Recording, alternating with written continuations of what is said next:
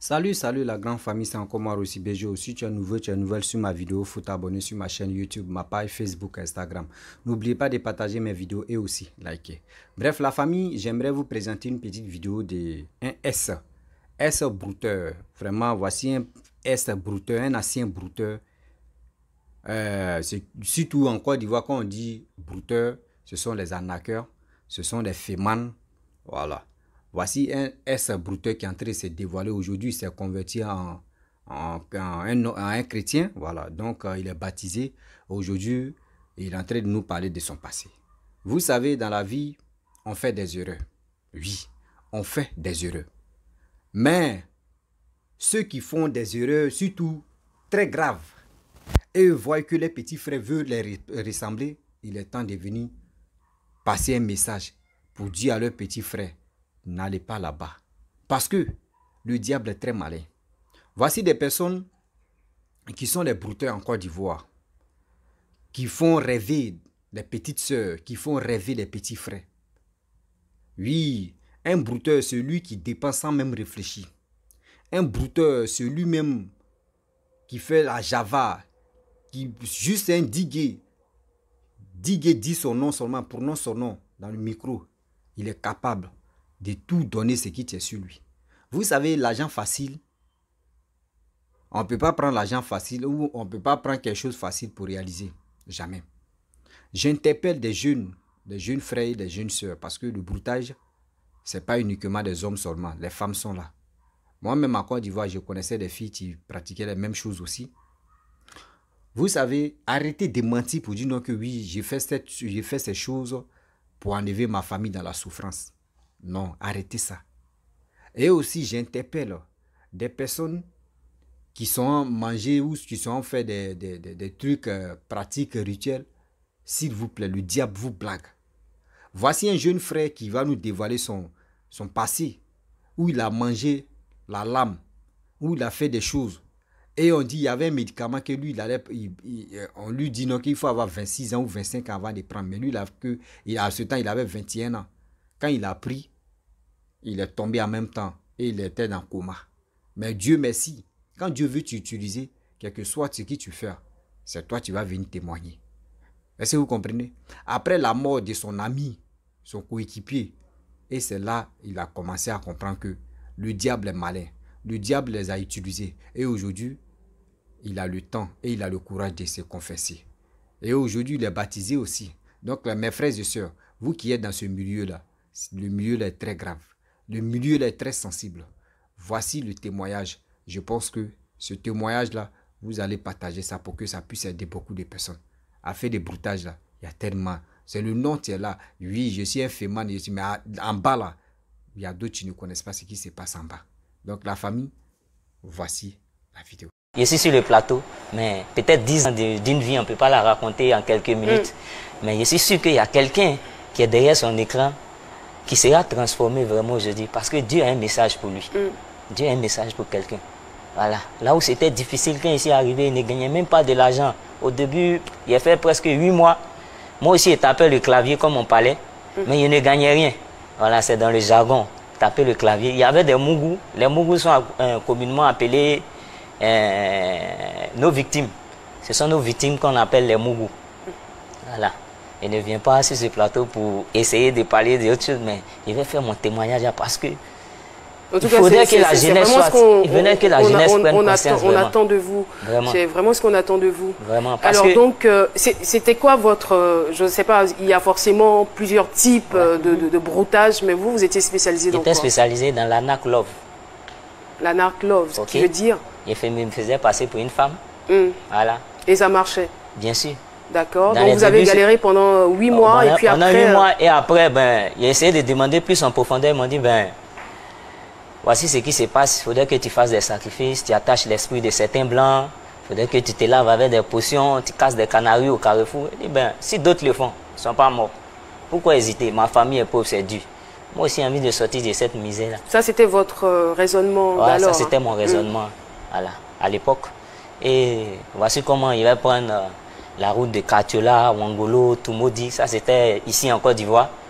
Faire des sacrifices de moutons, par-ci, cabri, par-là.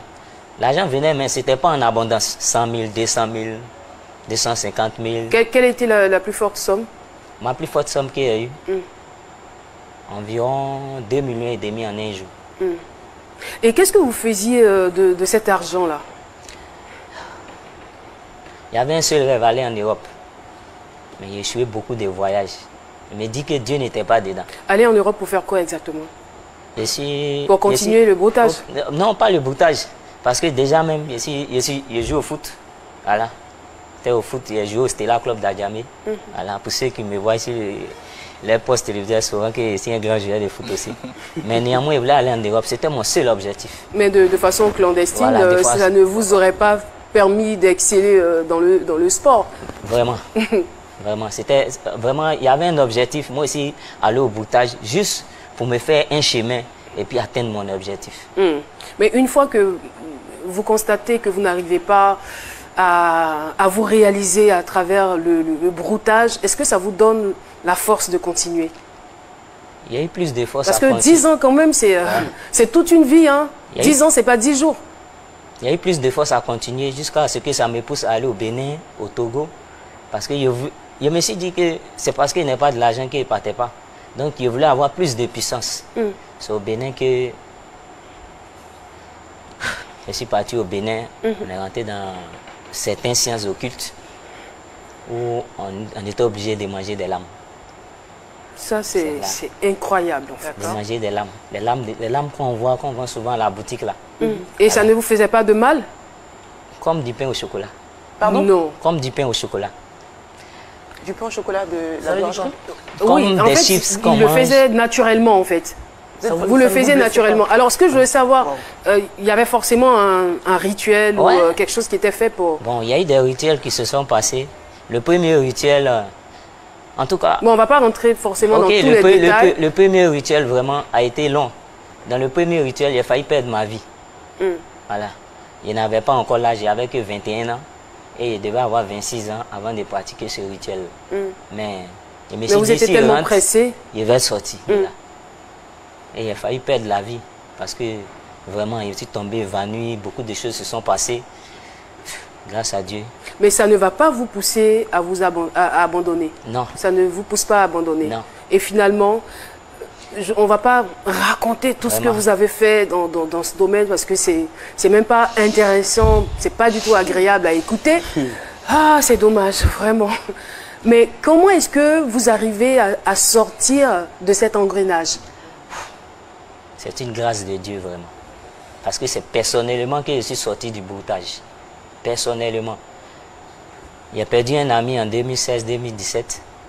Et à sa veille, j'ai pris conscience que, avec tout ce qu'on a fait, et puis sa mort était tellement tragique, que je devais prendre conscience aussi que je pouvais mourir comme ça. Et si je suis sur cette terre-là, peut-être il y a un Dieu suprême qui me regarde quelque part. Et c'est là, un matin, j'ai pris que ce soit... Mais en temps, quand il partait à l'église, il y avait mes potions sur moi. C'est-à-dire pendant que vous étiez brouteur, pendant que vous alliez vous chercher à Wangolo, au Bénin, tout ça, que vous avaliez les lames, vous alliez à l'église. Ouais. Ok. Mais quand il est vraiment venu pour les malades. Hein. Ouais. Vraiment, Dieu est vraiment venu pour les malades. Quand j'ai pris conscience de cela, ben, le lendemain matin, je suis allé à une prédication qui m'a vraiment touché. Je suis membre des églises évangéliques Assemblée de Dieu, Toaou Shalom. À la tête, le pasteur Esmel. Ça, c'était l'instant pub. Vraiment, c'était pas facile. Parce que quand je suis arrivé à la maison, j'ai regardé mes canaries, des potions magiques, des bagues au doigt. J'ai tout enlevé et mis dans un sachet noir et j'ai jeté à la poubelle. Et je me suis dirigé vers une librairie pour m'acheter une Bible. Donc il y a deux choses qui ont créé le déclic et qui vous ont poussé à abandonner. Vraiment. J'allais dire qui ont créé la prise de conscience. La mort de votre ami qui vous a interpellé au plus haut point. Il était aussi dans le domaine et je suis sûre qu'il se croyait immortel en fait. Vraiment. Comment vous avez vécu cet épisode-là? Courage. C'était difficile, hein? Un ami qui m'a avec qui il faisait tout même. Qui faisait le broutage aussi? Ouais, il faisait tout, vraiment. Caroline, si vous me permettez, j'ai une petite question. J'aimerais savoir, parce que vous êtes allé au Bénin, vous avez fait quelque part des pactes. Vous ne redoutez pas le retour de la médaille? Parce que c'est jamais gratuit, ces choses-là. Et il y a toujours un retour, mine de rien. Et vous pensez que le fait que maintenant vous priez, vous êtes protégé? Parce que vous avez signé quelque part un pacte. C'est biblique parce que la Bible dit tout ce qui est lié sur cette terre est lié dans les cieux. Et tout ce qui est délié sur la terre est délié dans les cieux. Je me force à être avec Dieu pour délier tout ce qui est enchaîné. Et ça va, pour l'instant ça va. Même si, des fois quand je suis dans mes créations, je dis, vous voyez devant moi, ce sont mes créations. Mais il m'est arrivé qu'un jour, il y a une voix qui m'a dit, toi, tu penses que il t'est laissé comme ça? C'est pas fini. C'est Jésus, tu veux suivre. Tu verras ce qu'il va te faire. Et parlant de voix, il y a des voix qui vous fatiguaient les nuits. Ouais, il n'arrivait pas à dormir, me poursuivait, me retrouvait même des fois dans des cimetières, en plein rêve, où il devait vraiment chercher à m'en sortir de là. Mais à mon réveil, ça allait et je continuais encore dans mes pratiques. Mais après, quand j'ai pris conscience et que j'ai commencé à aller à l'église, ça a changé. Ça a changé au fur et à mesure. Est-ce que votre changement il s'est fait de façon brusque et radicale ou il a été progressif? Mon changement, je peux dire qu'il a été fait brusque, instinctif en même temps, sur les champs. Parce que sur les champs, ça a commencé, presque les musiques du coupé décalé ont disparu seul de mon téléphone. Voilà. J'ai soulevé ces potions-là, et les ai jetées seul. Tout ce qui était à la maison, vraiment, qui ne pouvait pas m'édifier vraiment.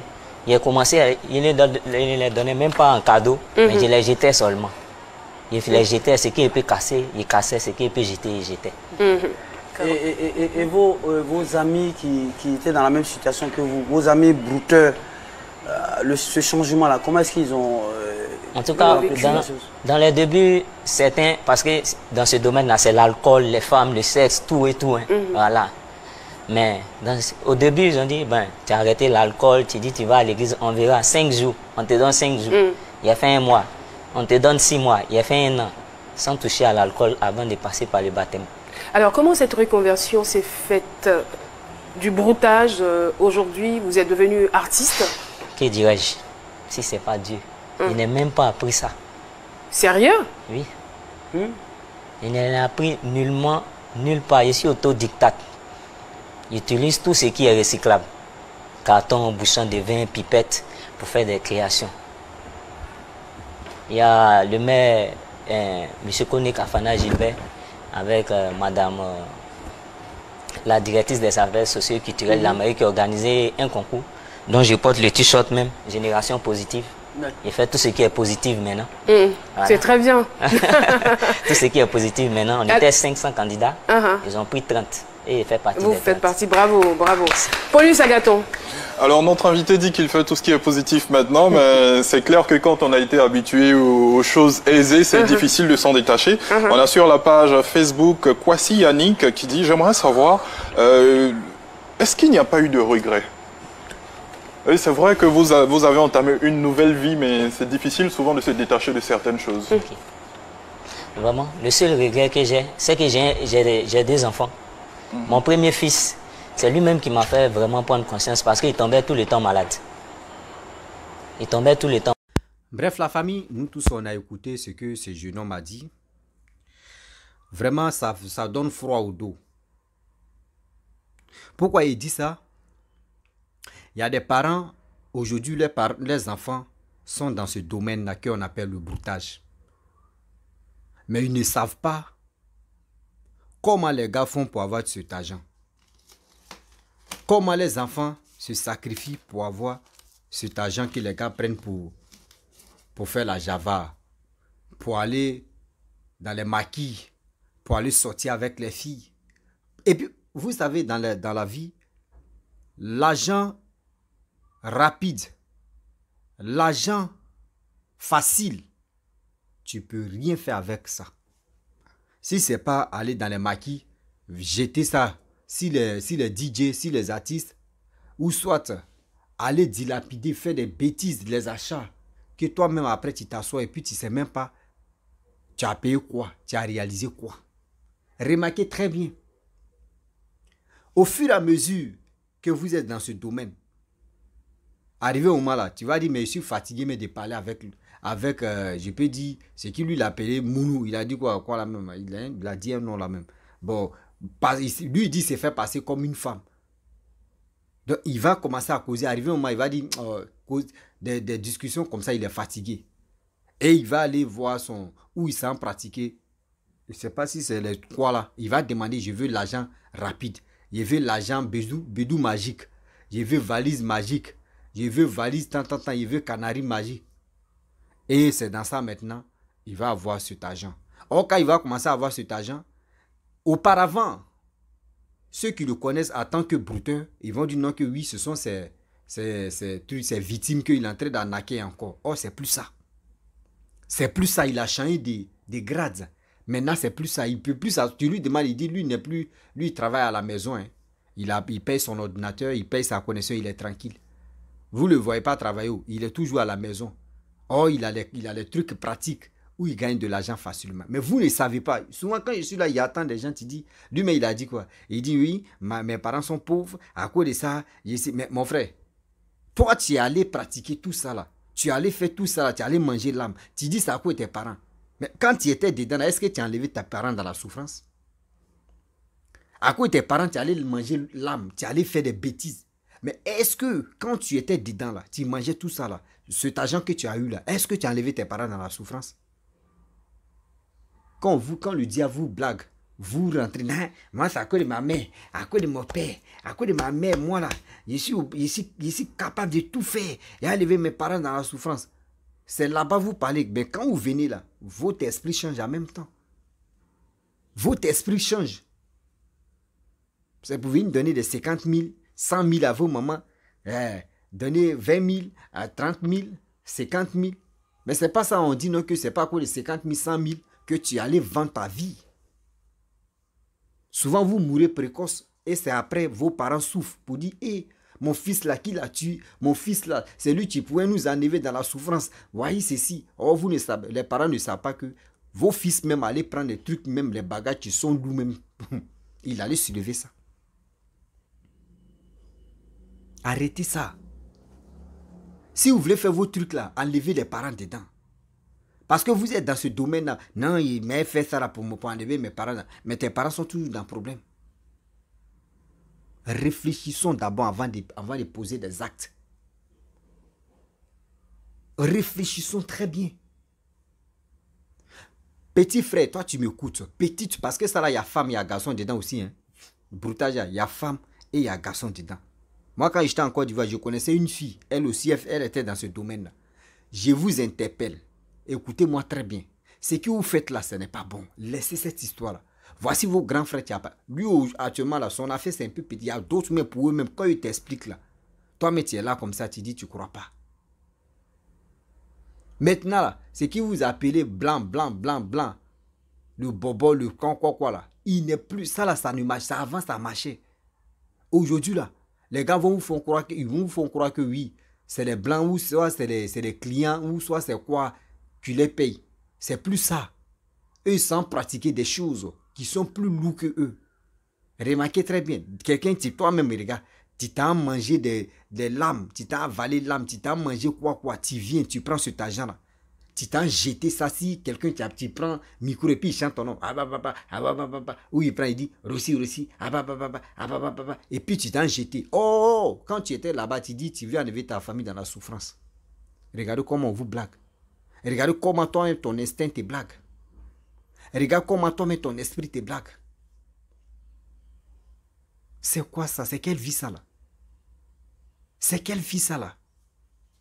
Tu vois les enfants, ils ont les voitures. Tu vois les enfants, ils ont ceci, ils ont cela. Tu leur demandes, lui là, mais il fait quel travail? Lui là, il fait quel travail? Et puis la voiture, tu le vois même, ses parents sont en souffrance. C'est chaque fin du mois, il peut envoyer 150 000, 200 000. Et les parents aussi ne comprennent même pas. Eux, mais ne se posent pas la question. Ou toi, tu enlèves ça là. Les parents aussi, souvent, il y a les galères là, ou soit il y a les pauvretés là. Quand tu vas questionner trop à ton fils là, il ne va plus te donner de l'argent. Tu es obligé d'accepter comme ça. Mais ce n'est pas pour...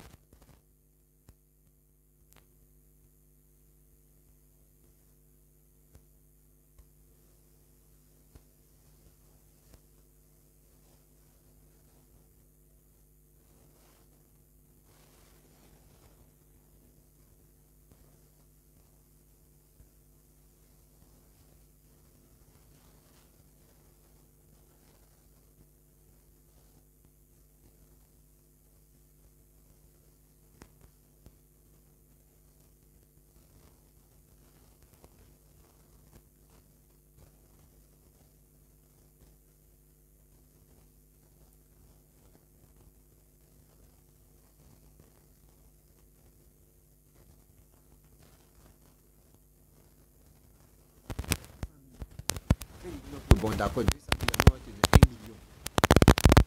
Imaginez-vous, toi, mais ta propre mère. Il y a des choses.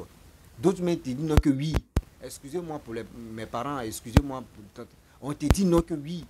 Des cheveux qui sont en bas là. Pour tes parents, on dit faut enlever. Faut envoyer. Souvent on te dit faut coucher avec ta soeur. Souvent on te dit faut coucher avec les folles. On dit faut coucher avec telle personne. À cause de quoi? L'argent facile. Souvent on te dit faut coucher avec une chèvre. À cause de quoi? L'argent facile. À cause de l'argent facile. On sait même pas. On sait même pas. Oh, quand le diable te fait ça, lui il te dit pas voici les retombées. Voici les conséquences de ça. Non, non, non. Il te dit non, il n'y a rien. Vas-y. Non, il n'y a rien, il n'y a rien. Et puis maintenant, il te dit, tu vois telle personne, c'est moi. Est-ce qu'il est mort? Non. Est-ce que quelque chose est arrivé? Non. Toi, tu ne sais pas. Et tu fais. Sans te rendre compte, vous, tu es dedans. Voyez le problème que tu as eu. Tu tournes en rond seulement. Sans Dieu, tu peux même pas avancer. Parce que tu as déjà vendu ton âme. La famille, vraiment, j'aimerais m'arrêter là. C'était pour dire à mes frères et sœurs, le domaine où vous êtes là, faites beaucoup très attention. Faites beaucoup très attention. Le diable est malin. Le diable est vraiment malin. Regardez très bien. La majorité des personnes, c'est des jeunes seulement qui meurent. On te dit médicaments. Oui, il faut avoir l'âge de 30 ans avant de prendre un médicament. Mais toi, tu as 20 ans, tu veux prendre ça. Mais ça là. Eh, Seigneur. Il y a les gens même. La mort, la main, ça ne leur dit rien. La famille, vraiment, j'aimerais m'arrêter là. Si tu es nouveau, tu es nouvelle sur ma vidéo, il faut t'abonner sur ma chaîne YouTube, ma page Facebook, Instagram. N'oubliez pas de partager mes vidéos et aussi liker. Je vous dis à très bientôt. Ciao. Bisous. On est ensemble.